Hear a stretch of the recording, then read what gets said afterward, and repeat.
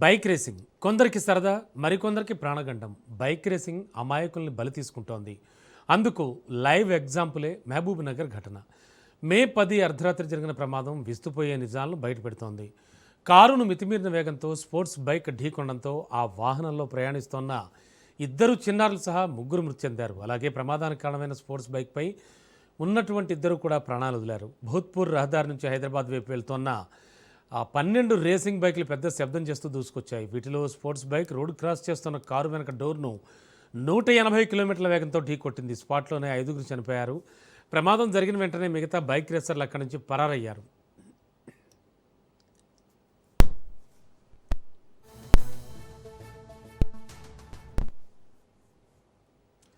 తెలుగు రాష్ట్రాల్లో bike racing, over speed, stunt drivings వల్ల అనేక ప్రమాదాలు జరుగుతున్నాయి. ముఖ్యంగా Hyderabad ORR, Vijayawada Guntur highway, Visakha beach road వంటి చోట్ల రాత్రి వేళల్లో రేసింగ్ ఎక్కువగా కనిపిస్తోంది. రీల్స్, వ్యూస్ కోసం యువత ప్రమాదకరమైన స్టంట్ చేస్తూ వాటిని రికార్డింగ్ చేస్తున్నారు.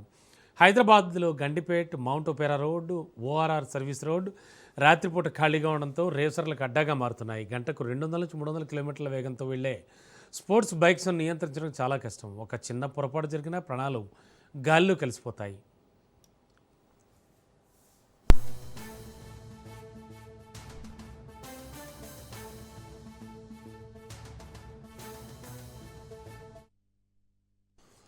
తెలుగు రాష్ట్రాల్లో రేసింగ్ బైక్ మితిమీరిన వేగం ప్రమాదాల కారణంగా పలువురు రాజకీయ, క్రీడా, సినీ రంగాలకు చెందిన ప్రముఖుల బంధువులు ప్రాణాలు కోల్పోయారు. 2011లో తెలంగాణ మంత్రి, మాజీ క్రికెటర్ మహమ్మద్ అజారుద్దీన్ కుమారుడు అయాజుద్దీన్ అలాగే గండిపేట రోడ్డుపై తన సుజుకి హయాబుసా బైక్ మీద వెళుతుండగా జరిగిన ప్రమాదంలో అయాజుద్దీన్ మరణించాడు. అదే ప్రమాదంలో అజారుద్దీన్ మేనలుడు కూడా మరణించాడు. హీరో సాయి ధరమ్ తేజ్ 2021లో కేబుల్ బ్రిడ్జ్ వద్ద స్పోర్ట్స్ బైక్ నుంచి పడిపోయాడు. అదృష్టవశాత్తు ఆయన ప్రాణాలతో బయటపడ్డాడు.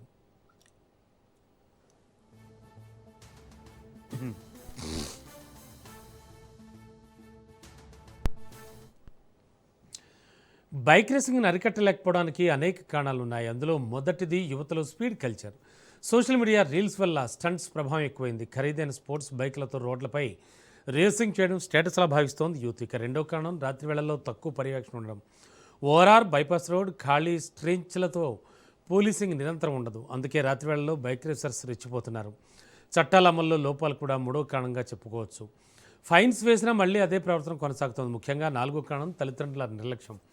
లైసెన్స్ లేకుండా హై పవర్ బైక్లు ఇవ్వడం, మైనర్లకు కూడా స్పోర్ట్స్ బైక్లు కొనివ్వడం కూడా ఈ ప్రమాదాలకు కారణమవుతోంది. ఇక ట్రాక్లు లేకపోవడం ఐదో కారణం. రేసింగ్ ఆసక్తి ఉన్న వాళ్ళకి అధికారిక రేసింగ్ ట్రాక్లు చాలా తక్కువ. అందుకే పబ్లిక్ రోడ్లనే ట్రాక్ల్లో ఉపయోగిస్తున్నారు.